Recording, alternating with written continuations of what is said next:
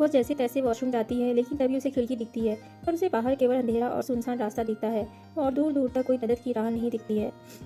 यह कहानी हिमाचल के एक छोटे से गांव की एक लड़की की है जिसका नाम मधु था। उसके पिता किसान थे, माँ गृहिणी थी, उसके दो छोटे भाई भी थे। मधु जैसा कि उसका नाम था वह थी भी वैसी ही।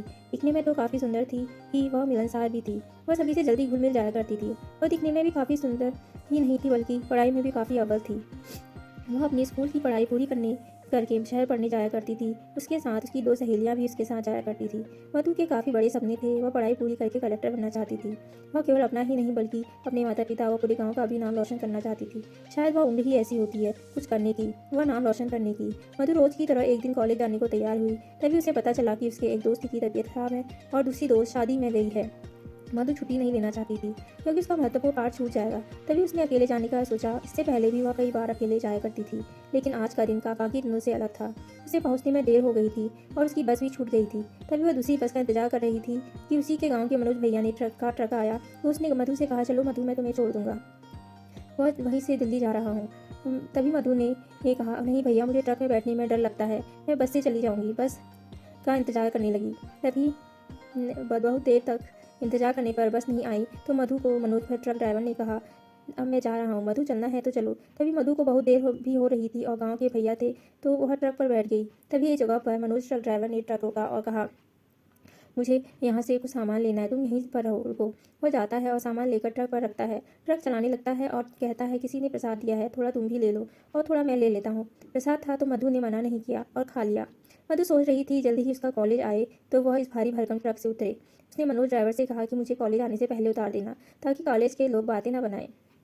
मनोज मुस्कुराता है और कहता है, तुम निश्चिंत रहो, मैं तुम्हें पहले ही उतार दूंगा। मधु निश्चिंत होकर आराम से बैठ जाती है। तभी मधु को नींद सी आने लगती है और मधु सो जाती है। तभी कई घंटे बाद उसकी आंखें खुलती है तो मधु अपने को एक अंधेरे कमरे में पाती है। मधु के समझ में नहीं आ रहा था कि वह सपना देख रही है या सच। तभी वह अपनी आंखें मलती है तो उसे यकीन होता है यह तो सच है। उसे समझ नहीं आता कि वह तो कॉलेज जा रही थी, यहाँ क्या कर रही है। उससे कुछ गड़बड़ लगती है और वह दरवाज़ा पीटने लगती है, खोलो खोलो, लेकिन कोई दरवाज़ा नहीं खोलता है।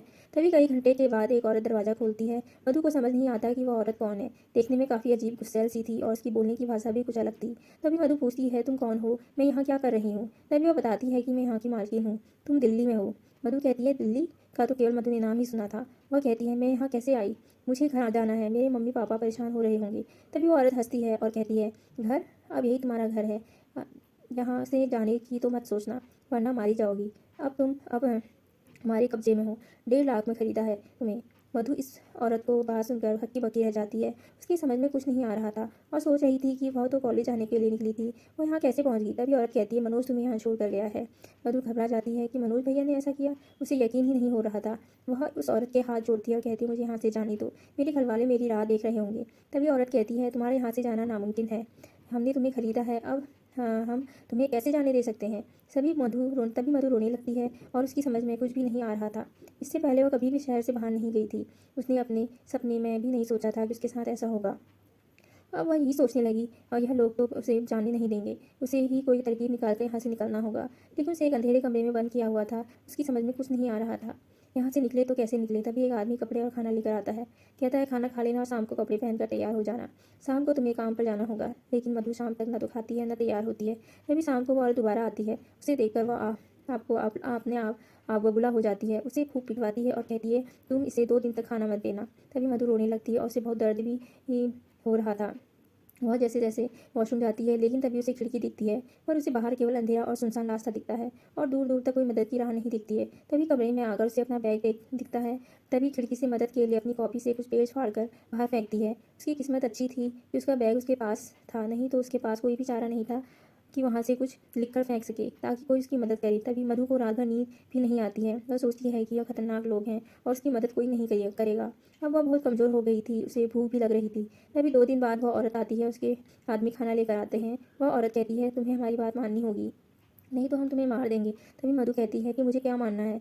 तभी वो औरत कहती है तुम शाम को तैयार हो जाना, तुम्हें काम पर जाना होगा। मधु कहती है कैसा काम। औरत कहती है तुम्हें शाम को पता चल जाएगा। मधु को शक होता है कि वह जरूर से कुछ गलत काम करवाना चाहती है और वह औरत चली जाती है। तभी वॉशरूम के पास कुछ खटपट नजर आती है। तभी मधु खिड़की के पास जाती है। तभी एक लड़का बाहर खड़ा होता है।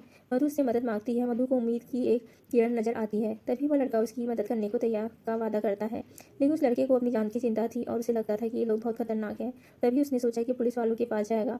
वो महिला थाना जाता है, वहाँ खबर करता है। महिला थाना में एक नई पुलिस ऑफिसर का तबादला हुआ था। वह बहुत ही ईमानदार और बहादुर थी। तभी वह तुरंत अपनी टीम के साथ जाती है और पहले वह मधु के पास जाती है। वहाँ जहाँ मधु को खिड़की के पास देखती है, उसे हिम्मत देती है और दरवाजे के रास्ते से अंदर घुसकर वह औरत और उसके आदमी को गिरफ्तार कर लेती है। मधु को उसके कैद से मुक्त कर देती है। तभी मधु को यकीन ही नहीं होता कि वो लड़का उसको लिए कोई भगवान से कम नहीं था। अगर वह नहीं होता तो और ईमानदार पुलिस ना होती तो उसकी ज़िंदगी बर्बाद हो जाती। तभी पुलिस वाली कहती है तुम यहाँ कैसे फंस गई, तुम तो भले घर की लगती हो। तभी मधु सारी कहानी बताती है। पुलिस वाले ट्रक ड्राइवर को पकड़ कर मधु के गांव जाते हैं। के लिए मधु के गांव जाते हैं। मधु पहुंचते ही मधु के घर वाले बहुत बेटी को देखकर बहुत खुश होते हैं और पता चलते ही उस ट्रक ड्राइवर को पकड़वाते हैं। ट्रक ड्राइवर को पकड़वाते हैं। मधु को बहुत गुस्सा गुस्सा आता है और वह उस ट्रक ड्राइवर से कहती है तुम्हें भैया कहकर तुम पर विश्वास किया और तुमने मेरे साथ यह किया।